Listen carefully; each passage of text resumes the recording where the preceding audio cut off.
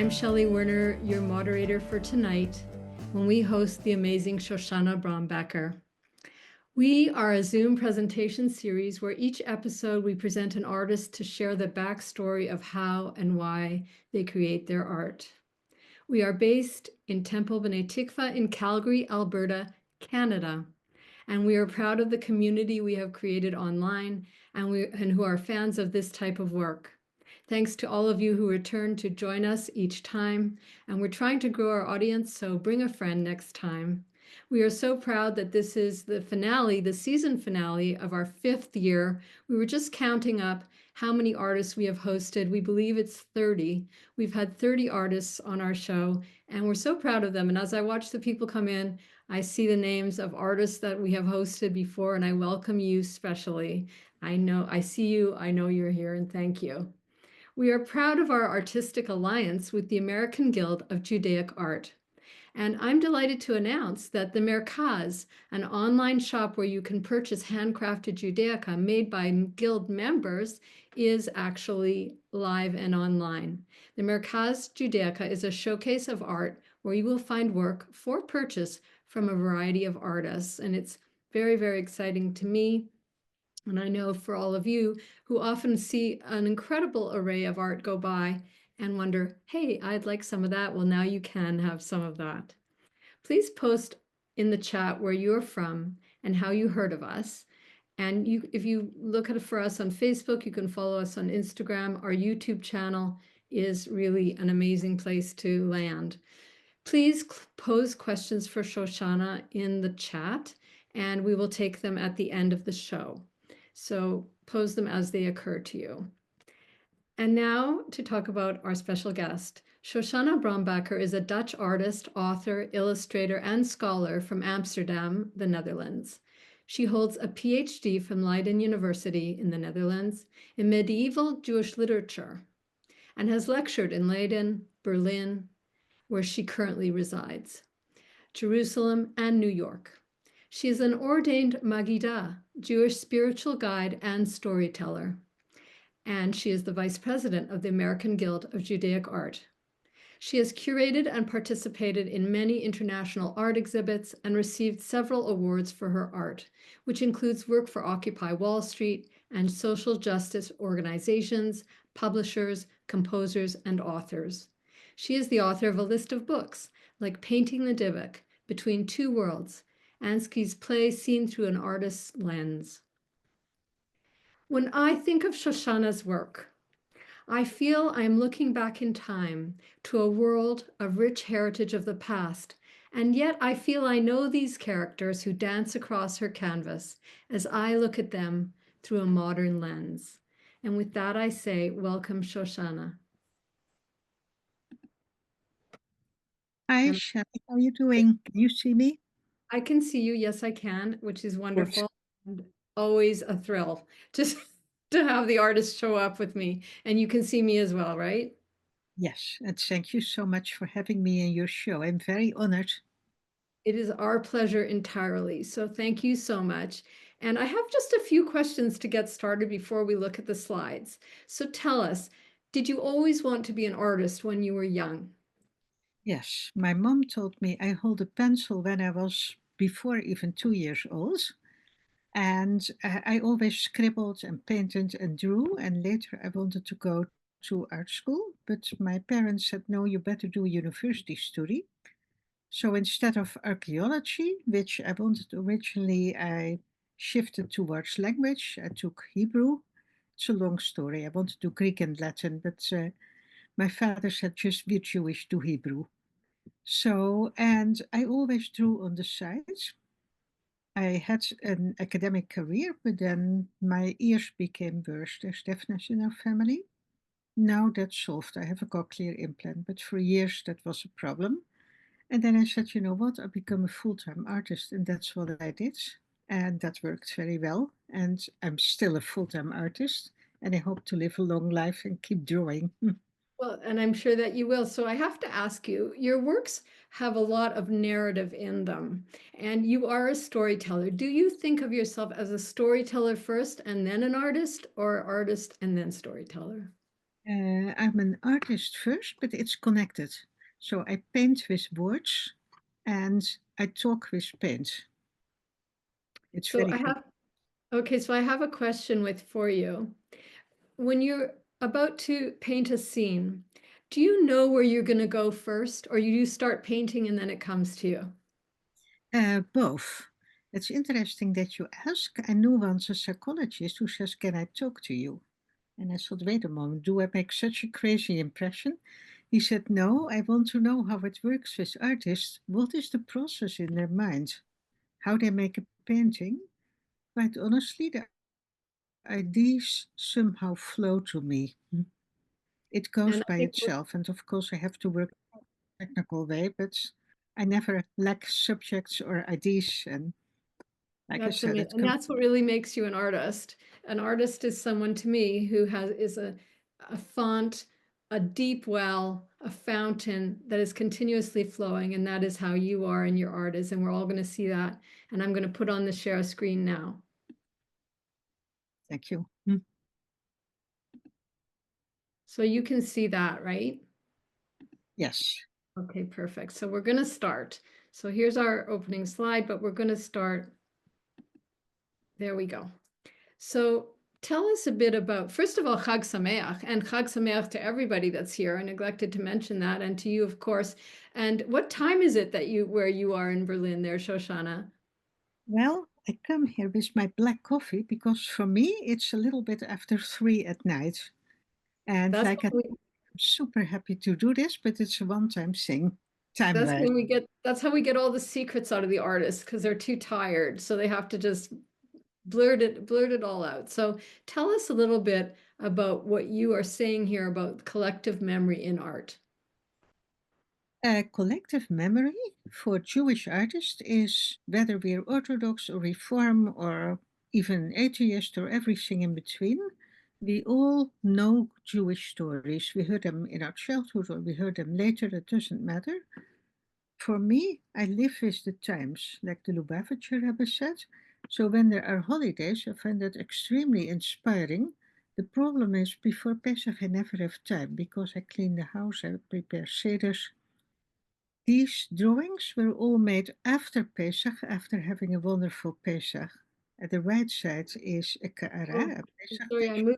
I'm sorry, I moved you ahead a little bit because I wanted to talk about the essence of consciousness in the to pursue what you were saying of our collective memories.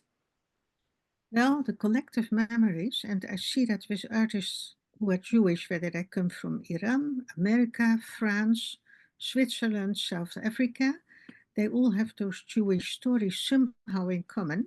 And I personally love those Jewish stories. I make Beethoven too, but 90% or even more of my art has Jewish subjects, like here. And I also use the many letters, texts, and because of my study and because of my study myself now, I delve very deeply into Jewish lore and legend.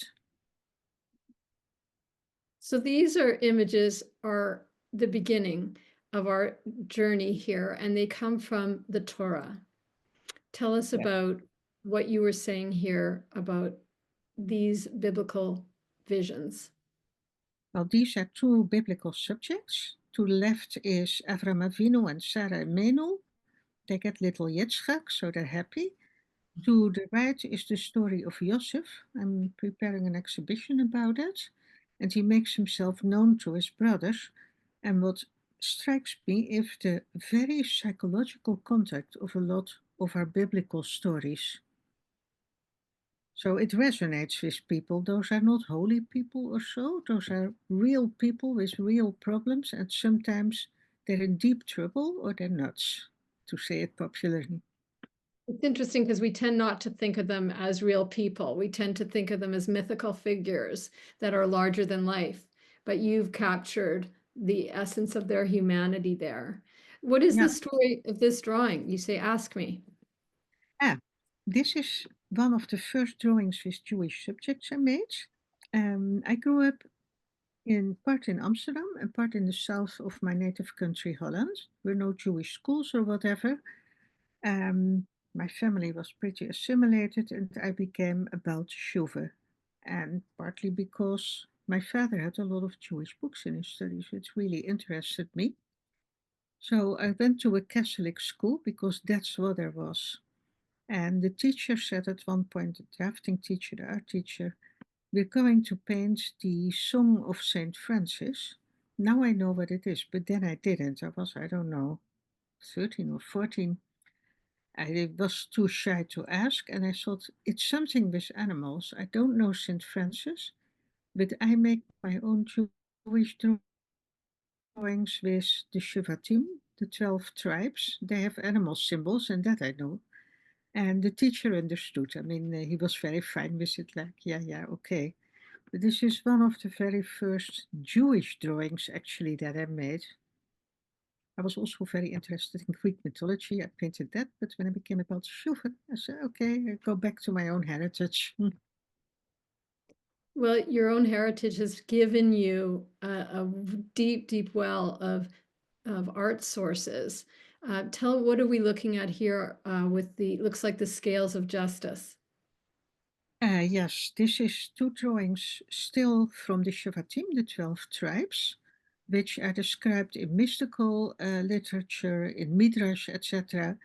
And the scales are here because Ephraim was connected to the month of Tishri, which is the month of Rosh Hashanah, and people are judged. So I try to express that, and there's a lot to tell about those drawings. I can send you the catalog for that exhibition and you can see it, but otherwise I would talk 3 hours. Okay. So now we come to an interesting concept where you say anachronistic or artistic. And I had to ask you when we were working together, what does that mean, anachronistic? It means that you paint people from a certain time or era with clothes or a background of another era. We see that by Rembrandt, for instance, with Rembrandt. He paints biblical figures in 16th century attire, which is historically incorrect, but beautiful paintings. And I do the same. This is Gatkatja from the Haggadah, as you see. We start at the right. Um, they look like Hasidim, and I painted that because I lived for a little while in Williamsburg in New York in a Hasidic neighborhood. Other long story. For me, anachronistic is important because one of the Hasidic rabbis said, Hashem gives the Torah every day. It's always valid. So I don't have to paint biblical people in the kind of clothes they wore a few millennia ago. I can paint them with modern clothes. And because I love Hasidic stories, I often paint them as Hasidim. Although these are not biblical people, by the way, but anachronism plays a very large role in my work, as you see here. On the right side, Yetziat Mitzrayim, the exodus from Egypt, and you see the people don't look exactly like how they were dressed in Egypt. You see Hasidim with streimels, with fur hats, but on the left side, that's Miriam dancing after we passed the Red Sea, the Red Sea. There she looks more or less like how she could have looked in Egypt, although there are also Hasidic elements. It's all mixed, and for me, that's no problem at all. And before we leave this slide, which is so impactful, I want to comment, first of all, that you capture, for example, in this Yitziat Mitzrayim, the incredible power of the water and the sense of rolling and chaos with the fish flying through the water. And what would you say this figure is here? That is one of the Malachim, one of the angels, with a knife. He separates actually us, who went through the Sea of Reeds, from the Egyptians, who will later come and are drowned. And what they try to capture is also the anxiety, the fear of the people. I personally would be really, really scared if it happened to me. And I guess most of those people were not different from us. I think it's a theme that's followed us forever and, Yeah. ever since then. we've faced situations where do we speak up or do we not? Do we trust and move forward? Just like people say now, don't make a fuss about being Jewish because you'll call attention to yourself. And this is a theme that's gone on for generations. And this is perhaps the beginning of it. But I want to ask you just a quick question about technique here. What are we looking at in terms of materials? It looks to me a bit like pastels in here or colored pencils, but what is your materials that you're using here? On the right side is oil pastel and India ink, which I use a lot. Oil pastel or soft pastel. And on the left side, the Miriam painting.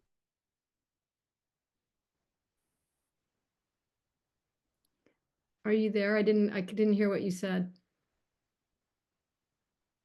Sorry, it froze for a few seconds. Did Yeah. you hear what I said? No, what is the Miriam painting is made of? It's oil on canvas. Okay. So now we're going to take a trip back in time. Tell us about what this was in your childhood. Well, like I said before, I wanted to be an artist. I wanted to be an archaeologist. And when I was in school, I decided I wanted a museum, but that wasn't a very practical wish. So I had to make all the artifacts myself. And you see on the bottom, I painted the walls of my attic room in my parents' house. They were perfectly okay with that. I wanted Greek vases, so I found vases in the marketplace and painted them. And on top, you see a chess game that I made. It's Egyptians, which you see here, versus Babylonians, which is not on this slide. And that kept me very, very busy. You're an interesting child. I, Pictures, yeah. I my like, kids wanted to play with Lego, yeah. but I think your room must have been amazing. What are some of the things that you made here? Well, then I became a Balteshuva, and I wanted, of course, Judaica things for Shabbat, for holidays. Again, I wanted it museum quality, and my pocket money didn't really suffice for that. So I started making things. For instance, the brass lamp that you see in the middle, it's a hanging Shabbos lamp, a so-called Judenstern. That I got much later when I lived in New York already, but I love them. We didn't have it at home, but we had pictures.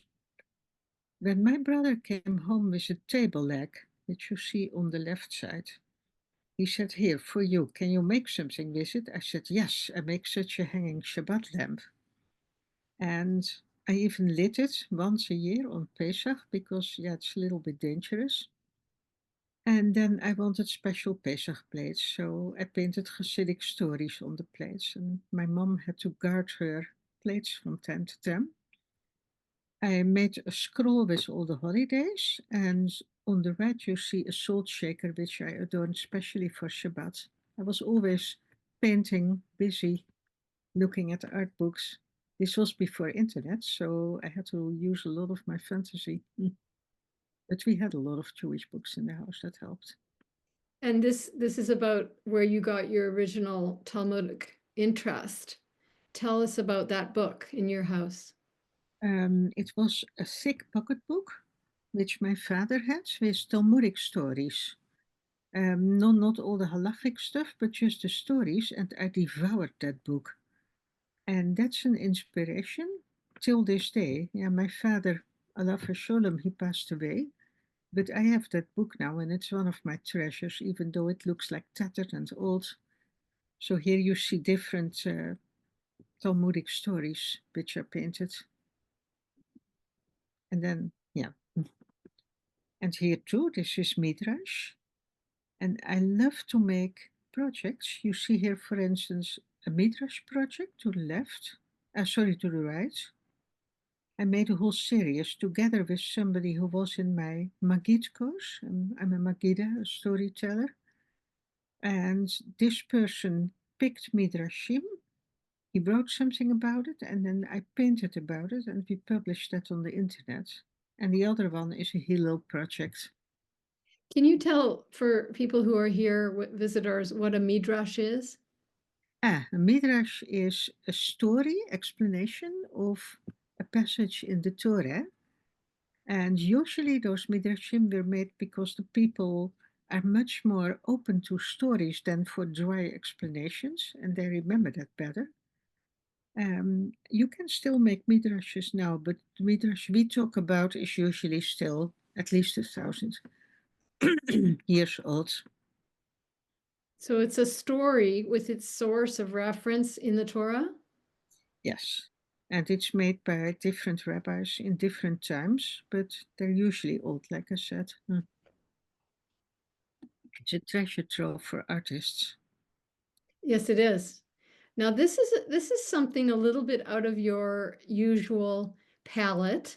So usually you're working in bright colors and very fanciful, almost reality-defying illustrations. And can you tell us what can you tell us about this image? Yes, it's too long. I will post that story one time, but the right side is a Holocaust story of somebody I knew. And I seldom paint the Holocaust because I find it too depressing. Important to talk about it, important to remember it, but it's not really something that attracts me artistically. It's about a little boy at a railway station who was waiting for Mashiach. Every day he went there with his little bicycle. And later he was taken away from that station, and much later I found out the story wasn't true. But it doesn't matter, I made a drawing. And the other one says Milchama, it's a woman fleeing a burning shtetl. So once in a while I do make something about war, but not often. And of course the palette isn't as bright as my other stuff. I want living Judaism, stories, vibrant. We're alive now, we're not dead. Right. And you bring the past to life and you give it us something to learn from it. Yes. Um, Tell us about this though. This is a sad story in a way, and it's captured. Yeah, this is a personal one. I lived in New York when the Twin Towers were hit, the 9/11 attack. I was in Brooklyn. I saw the smoke on my balcony. I wasn't in the Twin Towers myself, and it was actually a big luck, a so-called Hashgacha Baratit, divine protection. That morning, I wanted to go to a big art store, which is located very close to the Twin Towers. But I decided, like, nah, I'll do that tomorrow. I'm working in my studio. These two drawings are the some of the answers I made. The one to the left is a spontaneous Kaddish I made the day after. It's my artistic response. And the colored one is called the Fire Kaddish. I made it later for a memorial exhibition for the victims. I also knew people who were in the Twin Towers, survived it. It was a very strange time. Well, I think these pieces are extremely powerful. And again, we haven't really touched on your use of text in your art, but in this particular one, you've got many layers of intensity here. You have a fainter layer, and then you have a more intense color, sort of powerful ink overlay here. And it's really communicating a sense of time. This almost looks like a memory. Well, it was made the day after 9/11, and it symbolizes the smoke because I smelled it, I saw it, I even got burnt faxes on my balcony. And if you look carefully between the letters, there are people who are tumbling down from the Twin Towers, and that symbolizes their souls. Very powerful. Thank you. Yeah, I gave it to somebody who survived the whole thing. Now, here we come to some plates that I believe you painted. And I think the topic here has got to do with Hidur. Talk to me about that. Hidur means embellishment, but it's specifically the term you use to make religious objects like a Shabbat plate or in the middle a Besamim box, a spice box for the end of Shabbat, or the Pesach plate. You make things you use for Shabbat and holidays as beautiful as possible. So you can put your bread on a plastic throwaway plate. There's nothing against it, but it's much nicer if you make it as beautiful as you can. So I started making a whole collection of things that I found beautiful. So let me ask you this, now that I've learned the new term anachronistic, let me ask you, it looks like this setting here looks like out of Rembrandt. It looks like they're wearing some centuries old clothing. Is that what I'm looking at here? Yes, it's actually 18th century Hasidim. It's based on a book of Martin Buber I was reading at that time, Gog und Magog, about the famous Jose of Lublin, a Hasidic master. And that book really gripped me. So when I made a Pesach plate, I decided, like, yeah, I put them on it. And again, you see in the middle one of those hanging Shabbat lamps. And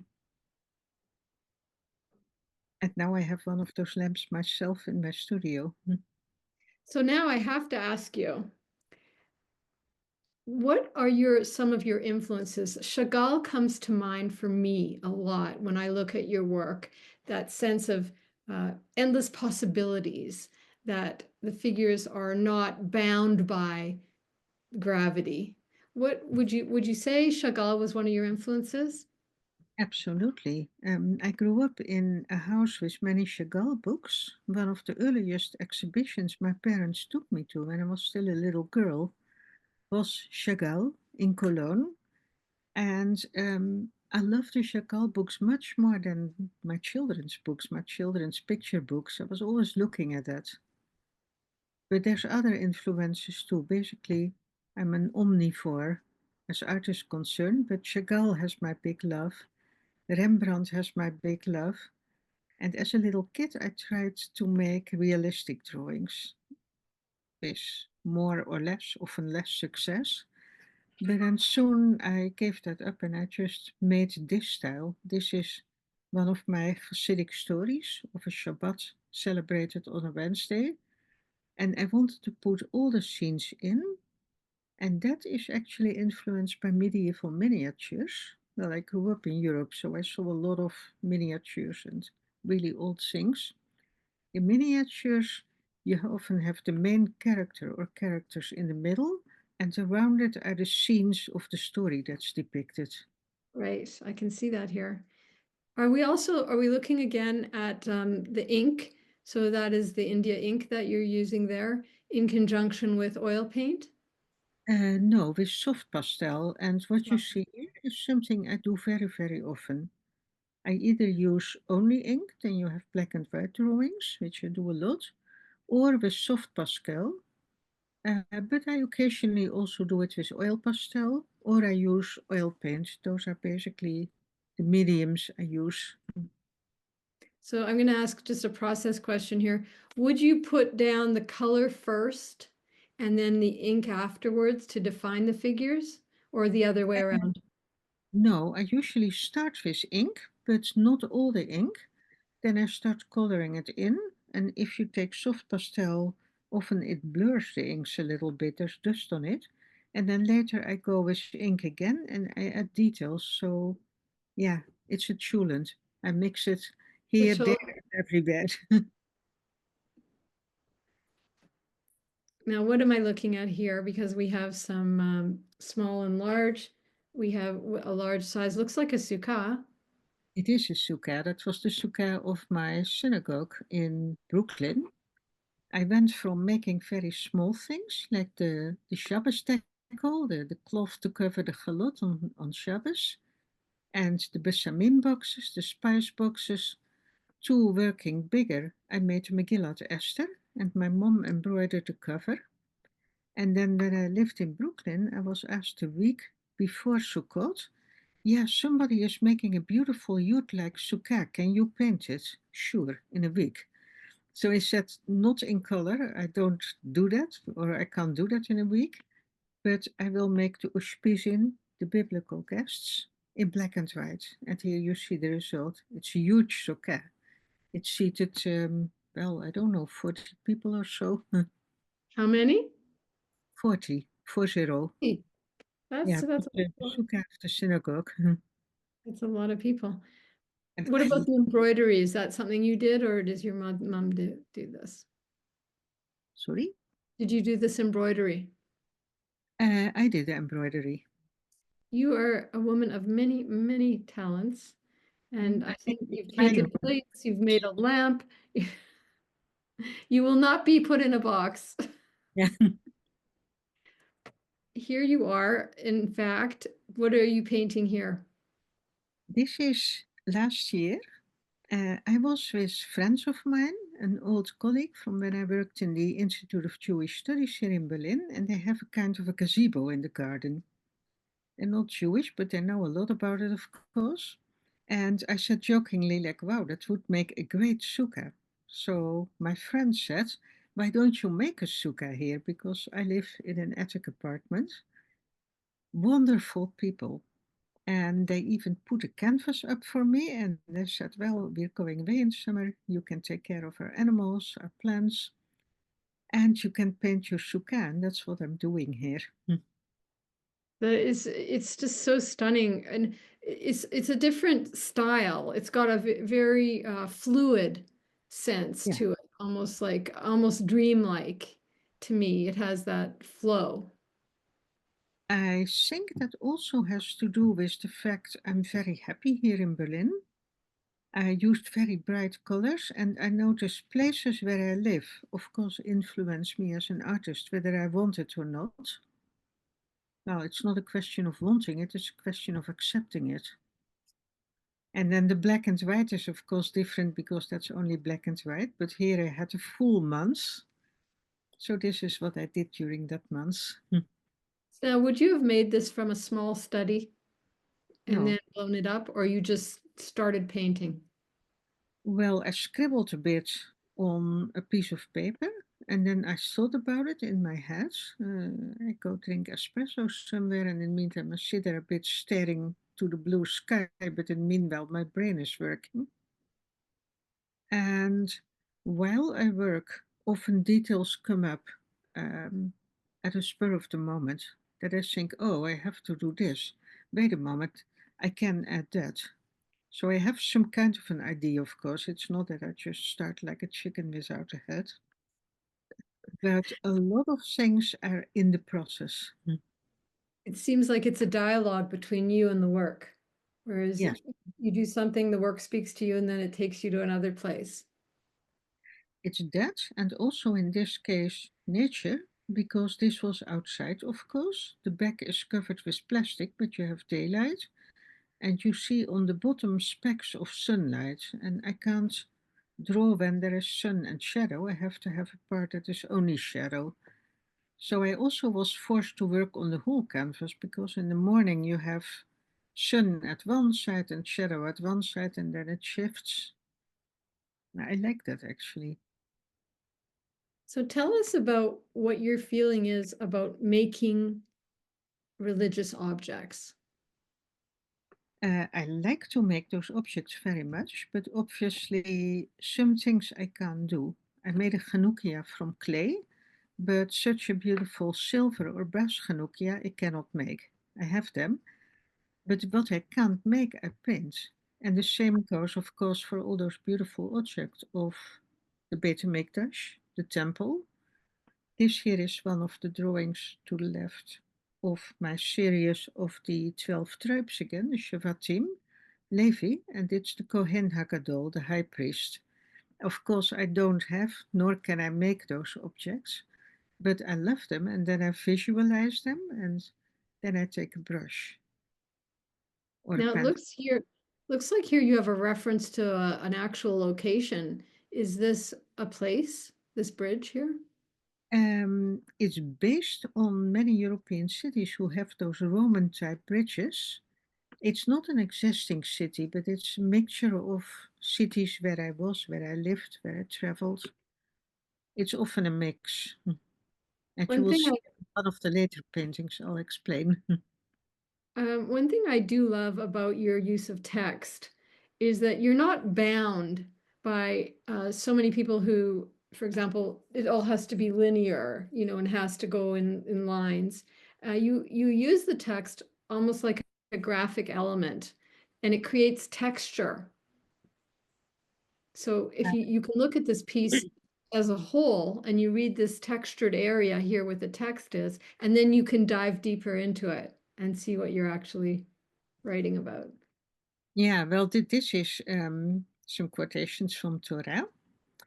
Here And I here show yeah, we're started. talking, yeah, I'm sorry, go ahead.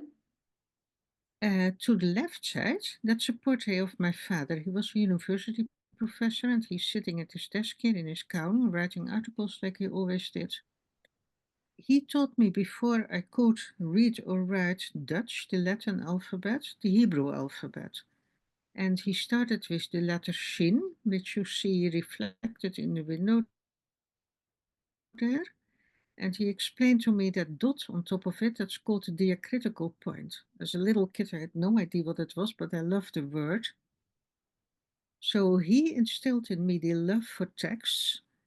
And on the right side, you see a copy. This is not made from fantasy. A copy I made of a poster in his study when he went to an exhibition of Jewish manuscripts, medieval manuscripts. I loved that so much. So I left, of course, his poster, but I made a copy for myself. And that copy is now here in Berlin. It also I taught love this. This how is do I very, do this is that? different than your normal, it's very almost cubist, this looks. I do that from time to time, you know. I saw, for instance, paintings of Feininger, and then I thought, what can I do with this kind of stuff? Or French cubist. Beautiful way you've captured the light here on the desk, Mm. the lamp. Yeah, that lamp is now on my desk, but it fascinated me every time when I saw my father sitting there working with his little suitcase behind him for his papers. That light was fanning out. And such things I notice as an artist. Other people will probably say, like, oh, yeah, light. For me, it was, hey, what is the shape? How And does it you fall on the desk? Hmm. And and how you does it really reflect in the window? Hmm. you capitalized on that refracted light to and that's why this painting is so satisfying because it's got echoes of the shapes. Yeah. And it's not realistic, of course. He didn't have like those windows, but that's how I see it. So now we come to some serious lettering here. Were you what is this document here? Is this a ketubah? No, it is a Kaddish actually, and many people are surprised, like you can paint a Kaddish. I said yes, and I gave Kaddishes to several people who lost their parents, for instance. I think it's very comforting because I also write the name of the person in it often. I leave an empty chair to symbolize the loss of that person, and I try to put in something personal. Also, a man visits ducker box, like charity saves from death. People sitting shiva in the top right corner. So I make kadishes and ketubot. It spans the whole lifespan. And bar mitzvah things and bat mitzvah things. And sometimes I just want to make something that is not a prayer or not ritual. Like on the left side, it's the alphabet. On the Eitz Chaim, the tree of life, that is a Torah scroll. And then I just keep thinking and things are added. And I this love time, the idea. I love the idea of the Kaddish that you would put as a commemoration of someone that you've lost. And that and somebody I lost, I made this for somebody, but I also do it for people I lose, yes. and what are we what are we looking at and why is it in black and white? These are 3 pages from a Haggadah I wrote and drew. I made a lot of Pesach drawings because I like Pesach, except for the cleaning and the preparing. And then I sat down one time and said, stop with just making loose drawings. You start the Haggadah at the beginning and you finish it till the end. And in that Haggadah, I integrated image and text. On the right side, you see, for instance, chevaux gamasche, pour out your wrath, and the word chevaux, to pour, actually goes down, like you pour it out. And the middle drawing, Safun, that is the hidden Afikoman, people are looking. Even the letters are completely scattered over the room. It looks messy. And then Nishmat Kol Chai, the part of the Shacharit, the morning prayers, that looks a little bit like Har Sinai, but it's not specifically visual meaning. It's just, I think this looks nice. It does look nice. And in fact, it is reminiscent of Rising Up. And I think There's- that It's also a mountain, mhm, and I wanted the letters Nishmat Kol Chai, the soul of all living. I wanted that big. I think It's a this part is of the photo I especially like. it's very impactful. Okay, now this is an incredible painting. How big is this? It's 6 feet long and approximately 3 feet high. It's in South Africa now. This is Simchat Torah, and I tell you how it started. In my own shul in Brooklyn, which doesn't resemble this at all, it's in the basement of a yeshiva. I saw that boy that is in the right in the front, in the middle, in the center. I saw somebody dancing, of course, dressed in modern garb, not in old garb like those people. And that movement, I got an idea like, wait a moment, this is a painting. I got a commission from somebody in South Africa. They wanted Simchat Torah, and I thought, yes, that's it. So I combined elements from old synagogues I had seen. This is not an existing synagogue, but it's a mixture of everything I have seen or imagined. And I wanted to make it in a historical setting. So the people are dressed like 17th, 18th century. I also like to make the characters different, like rich people, poor people, interested people, bored people. You can't see it here because it has two wings actually, but there is even a little table with mashke, with drinks, and some drunks around it who just come like, free booze. So this is the middle panel of a triptych.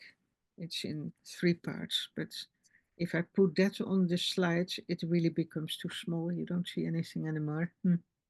I absolutely love the repetition of these lines here, this sort of parallel lines from the telesim here. And it's really drawing your eye towards the center. But then there's this figure here, which is sort of the center of the composition. And what is this person doing? Is he dancing? Yes, and that's actually a modern person I saw in real in my show, in modern clothes, of course. That inspired me to make that painting. Just a boy who is jumping up and down, and the rest I made around it. It's just so joyous. Yeah, I loved that. Loved seeing that and loved imagining it. So now we have to say to you, wait a minute, this looks like the place that you come from, all the architecture. What, in fact, where is this? This is also a painting in South Africa. It's a chuppah, and I called it the chuppah between the canals because it's Amsterdam with Amsterdam houses, but I didn't paint a real existing street or a real existing canal. I was in Brooklyn at the time. I painted from memory, like how do those houses look? I know that very well, of course.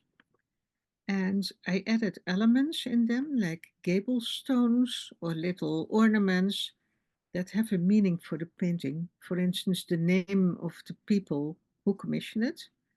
That they were married already a long time. They wanted it for an anniversary. It's an old Dutch groepe, and as you see, the color doesn't wear a white dress. At that time, they had different colors. And for my American audience, I had to explain certain things like the sluices, how that works, etc., and the big poles to moor the boats. And you can't see it here so well, but there is on the right side, there is a horse-drawn wagon with barrels of beer. And then on the left side, you have people who come, like, oh, what's going on? Different people, not the guests, but just passers-by. All Right. this you can read, by And the way. That article in academia.edu about it. what are these some gates that are opening to allow the water through? Yeah, what happens is sometimes the water in one canal is higher than in another canal for different reasons. You have to keep it out. But boats can't, of course, just make a jump like it's a waterfall. So the sluices are opened or closed to make the water level the same. And sometimes the sluice is closed to keep something dry because there are things there all. No, that's a lot in Amsterdam still. So And is then you this a have study? those round bridges. I'm looking at a study for that painting. Yes, And this is how it started. That's the huge canvas. And as you see, with dark brown, I started making some sketches. Not there yet, but you can see already. And then in the right bottom corner, you see I started with the people because I like that. And I trimmed a few things. And the other two photos are details. Like you see the water, for instance, and those mooring poles and little statues on top of the houses, which, like I said, have a special meaning for the names of the people. this is the water. You've created such an amazing sense of movement here in the water. Yeah, it's really like that. It's dark green in Amsterdam, which is probably not because it's so clean, but and it moves. I love to look at canals. Now here we have something that is not necessarily Judaic, am I right? Or am I, it looks like it's inspired by music. To the left side, this is actually a cochlea, part of the ear, because my son was born deaf and he got a cochlear implant. I made this painting for an auction to benefit the organization the hospital who was dealing with those implants because they did a lot for us. I painted Beethoven because he became deaf before the time that there were good hearing aids or cochlear implants or so. And then I made that cochlea and it ends up like a bridge and a lot of classical music, which I personally love. And I'm happy with my cochlear implant. Now I can enjoy that better again. And I made the European cities I was craving for while I was living in New York. And that was auctioned off. It's very beautiful. But here Thanks. we have some more about music. Talk to me about um, what the connection is here when you're saying Mozart and Pesach all in one. What's the connection? That is the things I do and then combine. I was in my parents' house when I made that drawing to the left. So there is a Seder on top in Aachen. We used to go to Germany. We lived near the border at one point. There is a shul, which is in The Hague, near the city where I studied. The music of Mozart. And I pasted in a copy of an old Sephardic poem I was working on for my study. And then my father came and he looked and he said, wait a moment, Mozart wasn't Jewish. I said, no, but this is how I see things. I combine it. This is my life. And to the right side, well, yeah, it was another story. Well, this is leading us into your love for the supernatural and how Yeah, you enjoy painting things that may or may not be real. exactly. This is the Faust story, Goethe's Faust, which fascinated me. And I wanted to make drawings in an old style. I did this when I was in college. So I have a whole series of them and really delved into the story, like what was meant, how do I see it. Um, the one on the left you see is very supernatural. Yeah, spooky. Very. The story is spooky. Mm, So here, would you say there's something about the Dybbuk here? yes. Actually, the one on the left is based on that famous poster for the Dybbuk in the Habima Theater. But the other ones are part of a book I wrote about a Dybbuk. What is a Dybbuk? What are those stories? And I made a pictorial for Ansky's Dybbuk from the Yiddish. So these are illustrations for that book. You can also find that on academia.edu. We're going to put post at the end. We'll Yeah. be posting those connections. Tell us, so why do you ask, is Jewish art cosmopolitan? Uh, well, it's cosmopolitan because, from one point of view, you have your own background, like I'm Dutch, for instance, and of course that has an influence. From the other point of view, if I, as a Dutch artist, make Russian type of art with Hasidim, some people ask me, do you have Hasidic ancestors? No, I don't. But because you're Jewish, it all belongs to your heritage. Whereas a French artist, of course, he can paint British art or Russian art, but people will say why. Whereas for me, I can explain that better. And those Hasidic stories in my father's study, they belong to me. Absolutely. And all the places that you've lived have made an appearance and inspired you. Absolutely. You see here New York to the left, Berlin to the right, and East Berlin, because I was here when it was still East. That's a Yiddish Lijnkreis, a group who was reading Yiddish books in an attic, and it was cold, and we're sitting with our coat. So I decided to paint that at one point.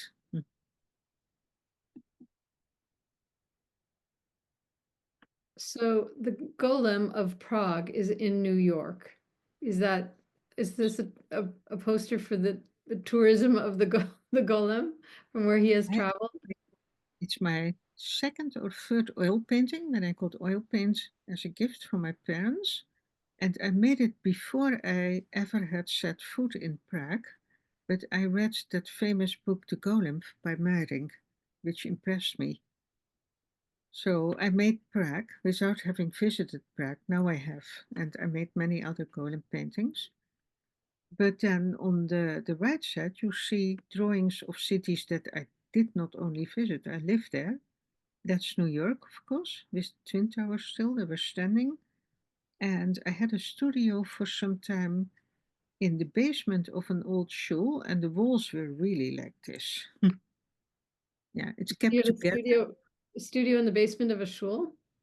Yeah, the rabbi let me paint there. He said you have to clean up your stuff before Shabbos. You put it behind the curtain. We davened there too, my husband and I. But during the week, I could paint there. There were mice, there were cats. It was interesting. Maybe it was haunted. Probably. And what are we looking at here with the architecture? This is actually my impression of the Alte Neue Schule in Prague, which I had seen by that time. That's a huge painting, 4 by 5 feet. That's in Canada now, by the way. Hmm. Well, is it And in a private collection? it's in Montreal, but with private people. Yeah. It's very beautiful. And that's another golem painting to the right. And then the famous Beit Midrash, the study house of the Baal Shem Tov. I made a lot of drawings about Baal Shem Tov, and for me that's all connected. The Baal Shem Tov and the golem has nothing to do with each other, but in my head I make this, I make that. I have so many subjects to pick from. This is an amazing painting. How big is this? 3 by 4. So it's a small work, Yeah. but look at the text in it. What inspired you? What is the theme of this painting? Very quickly, somebody commissioned it. It's the Breslover Tikkun. Those are 10 psalms that the Breslover said you have to say in times of need or problems or whatever. They're also all written in this big painting. The Breslover Rebbe is also the author of the song Gesher Tzarmaot, Life is like a narrow bridge, so That's the true. bridge is there. The four elements are there: water, earth, fire, um, and water, fire, and yeah, light. I really love this. I think you could live in this painting. You would never get tired of it. So I will take this from you if you need to give it to me. It is here in Berlin, and I kept it because It's the person who commissioned it turned out to be a fraud. But fortunately, I never send a painting until I'm paid, unless it's my mom. My mom I trust. oh, it's beautiful. Have you a print of this? Sorry, how do I? You have a print of this. Yes, I do actually. All right, we'll talk later. Yes. Okay. What are we looking? This is Old Amsterdam and New Amsterdam. And, So, I paint cities where I lived or where I visited. To the left, Amsterdam. To the right, New York. And New York, that was Rosh Hashanah, and you throw your bread in the water. We all walked to the bridge and so, threw our bread in the East River. The Tashlich ceremony so that made this a is, big impression on me. And well, when I see something good, did someone commission you to do a bathroom? yeah, that's in Crown Heights in Brooklyn. A Chabad family commissioned a bathroom. They had a little bathroom, and they said, of course, it can't be a biblical subject or so, but you can do what you want. I said, okay, Venice. I know a lot of stories about Venice. I was in Venice. And the next thing, they said only kosher animals, so no cats. That Oh, was a. interesting. I love cats, and in Venice, every street corner has at least three cats. But So I'm I going to, caught a lion, a winged lion. I want to make sure I have time for some questions. So I'm just going to show quickly. This is one of your books, um, which Yeah, is various beautiful themes. but yeah, that's people who commission things, and this is actually my motto.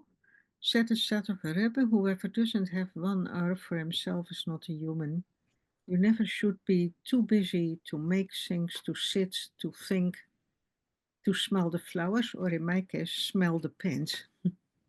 You have so many ideas that I'm amazed at how deep you can draw from both your experiences, your travels, as well as your faith.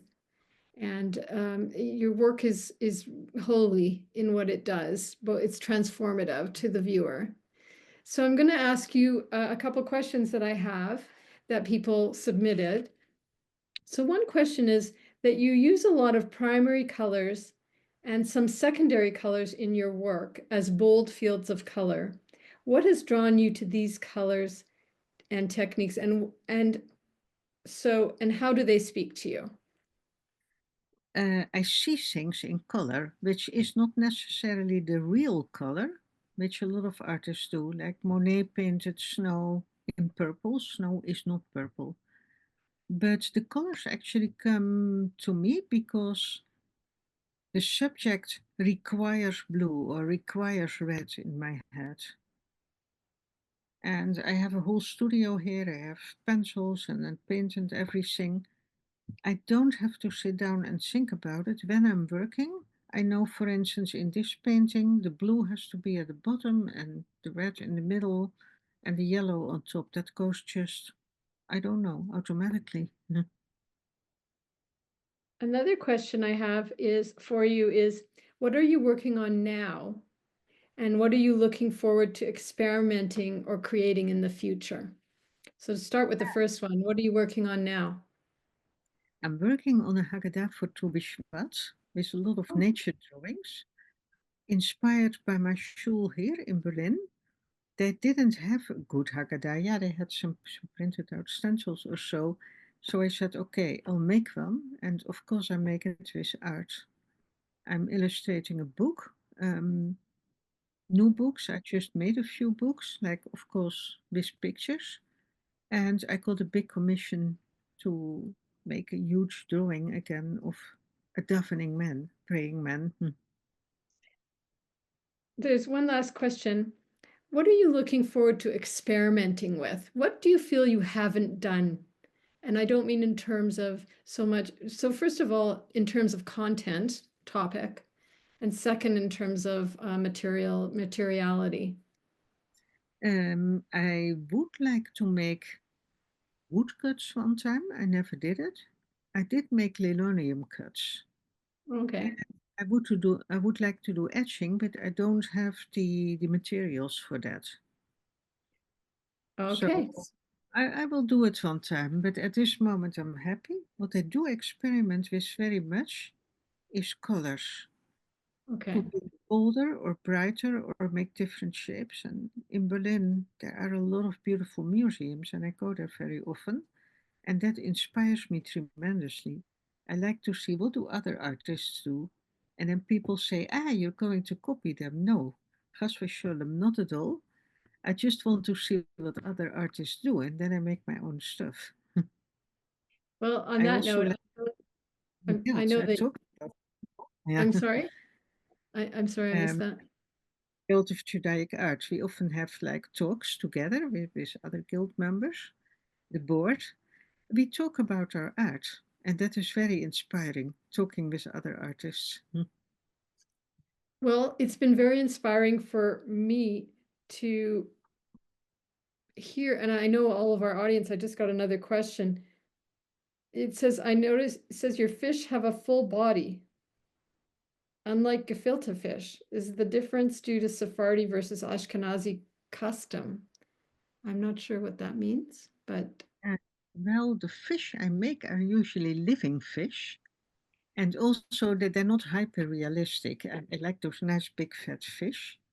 I'm Dutch. I often saw fish in the water, but that doesn't mean that's exactly the herring you see in the store or another and fish.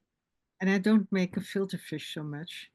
I did paint it, by the way, in certain illustrations, and then it's, well, the filter fish that we know. so I'm going to pause now because I want to thank you so much. We do have a few more questions, but I'm going to thank you. We'll do it in the after show where we ask you directly more questions. But for the moment, what I want to do is thank you so much for agreeing to be on our show. You're an amazing artist. It's just an honor to have a window into your world and your work life. Well, I want to thank you that you give me this opportunity. It's something I love to stay awake for. And I was happy to do it because you also asked me to make a PowerPoint, and then I really had to say, like, what do I put in? I mean, I have more than those 39 paintings. Or what was it? 38. But it was a And pleasure to work with you to make it tell a story, which we did, and I feel that you've got just so much to for people to take in that I encourage everyone to watch this again at your own speed when we post it as a video on our channel. So now I have two things that I want to do. I first thing I want to do is um, put up a slide that shows all the artists that we had this year and to show that we had such a robust year and so many amazing artists. Um, I would like to invite Karin, my partner, to come on and to say hello and tell us something that she would like to share. I'm going to look. Hi, everyone. Thanks so much. What a great show. This was such a great show to end our season. Thank you, Shoshana. And thank you also for staying up so late to present to us. Thank you, everyone who came. If this is your first show, welcome. We invite you back next season, which will probably be in September. Stay tuned for more information. Within the next couple of weeks, you will receive an email from me if you did register for the show on Eventbrite or if you are on our mailing list from before. With more information, how to reach out to Shoshana, how to be able to purchase some of her items, her work. And we'll look forward to seeing you next season. I look forward to it. Thank you.